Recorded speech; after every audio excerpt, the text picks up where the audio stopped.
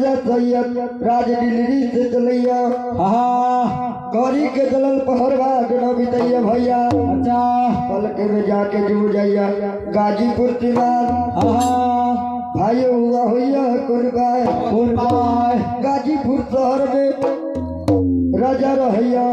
लूजा राजा के बेटी हिरिया जिरिया तो भैया में सैयद राजा के बात घेर लिया। अच्छा बोली बोलैया हिरिया जिरिया दोहरी दैया जवाब सैयद राजा से कहैया का कहैया तोहर घर लगता दुहरिया तोहर घर लगता दुहरिया तोहर घर राजा का दुहरिया तोहर घर राजा का दुहरिया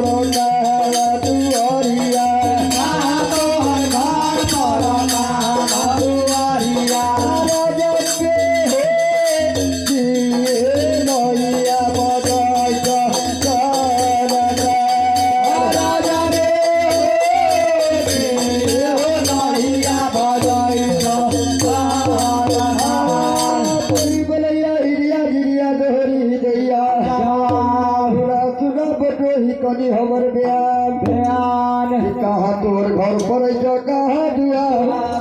एकर हाल हमरा के देगा इतना बात सुनैया सैयद राजा हिरिया जिरिया से कहिया घर हमर पर दुलरी बाटा करनो गोरिया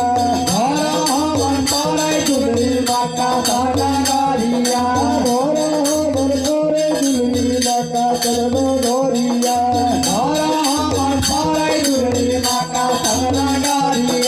दुलारी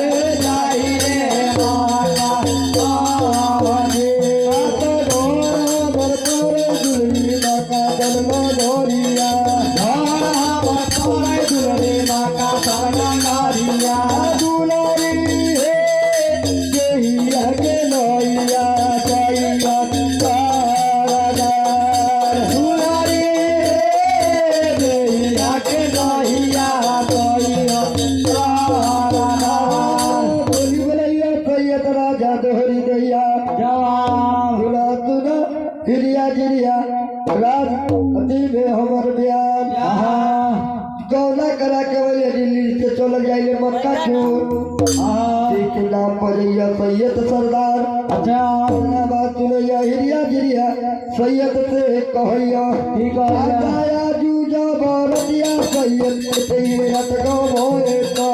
आजू जा भारतिया सैयद रत गो मोए का आजू भारतिया सैयद तेरे रत गो मोए का आजू के रतिया सैयद रत गो मोए का सैयद आजू भारतिया तेरे लहू गला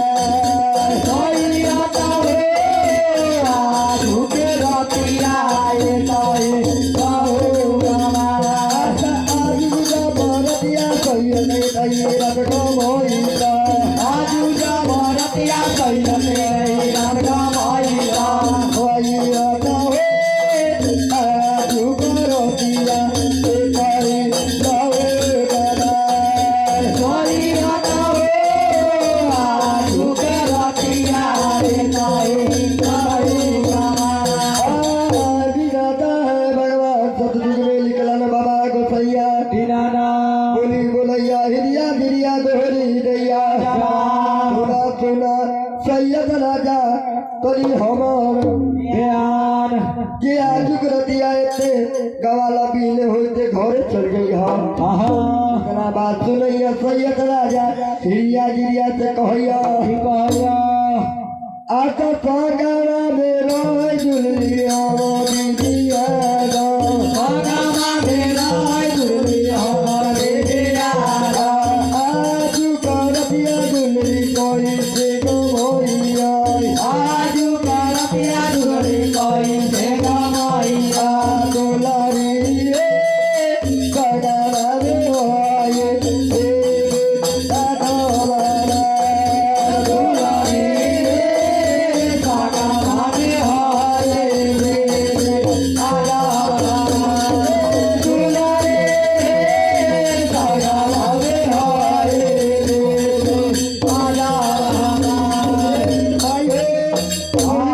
दोहरी नरमी दैया सुना सुना हिरिया गिरिया कली हमर बयान जे आज के रात कैसे हम यहाँ बिता लूं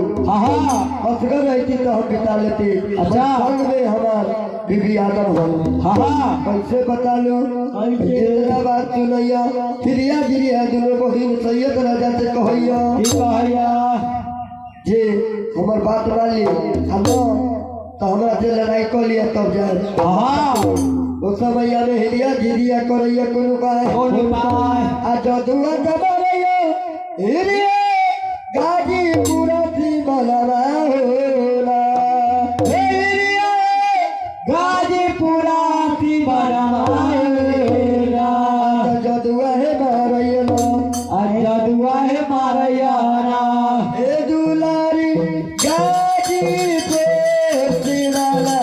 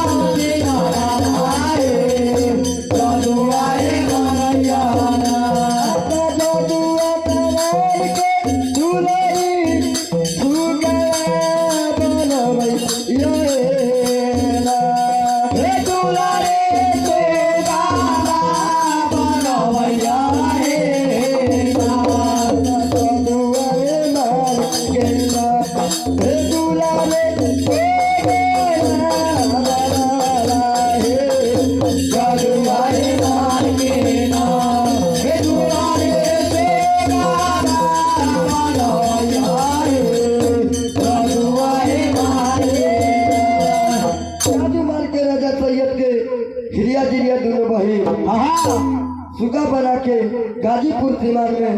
बरिसार रख दिला ओ समैया में माई बीबी आदम करैया कौन कौन सोचैया अगर नैहर जाए तो नैहर के लोग हंस के मार दी ससुराल जाए तो ससुराल के लोग हंस के मार दी माई बीबी आदम करैया कौन पाए आजा चलल चलल जैया ना गंगा के किनारा चलल चलल जैया अम्मा गंगा के किनारा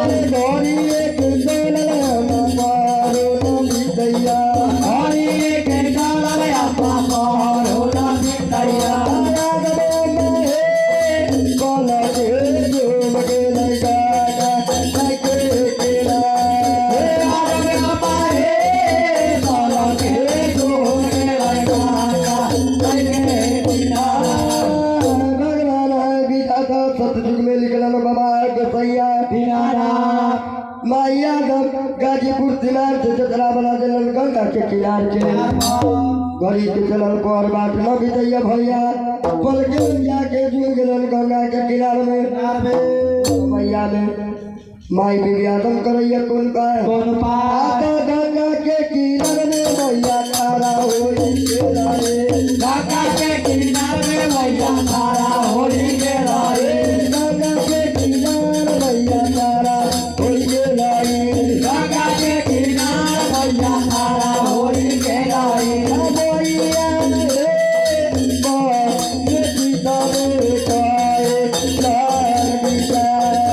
मैया हे मारे जीते काए के किनार में अम्मा बीबी आदम जाके खड़ा हो गया में करैया विचार जी ए गंगा में डूब के हम मर जाए उस समैया में गंगा माई प्रकट हो गया माई बीबी आदम से कहैया ये आदम मैया लौट के चल जाइए अपने ससुराल मक्का के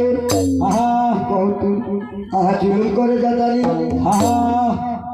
माई बीबी आदम गंगा माई से कहैया माई नैयर लोग के जाए तो नहीं हर के लोग हम हंस के मार दी ससुराल जाए तो ससुराल के लोग हंस दी लोग सोचे जे गंगा में डूब के हो जाए मजा गंगा आदम मैया के समझेलन बुझेलन आ घरे मक्का के ओर भेजबैन कैसे भाई हो कैसे? ए आदम मैया चली भेलै मक्का आ जी दवा बेला कनी आगे देखला हे आदम मैया चलिए मेरा बाबा आगे दवा हो गया कोनी आगे के दुआ ए आदम मैया चले बेला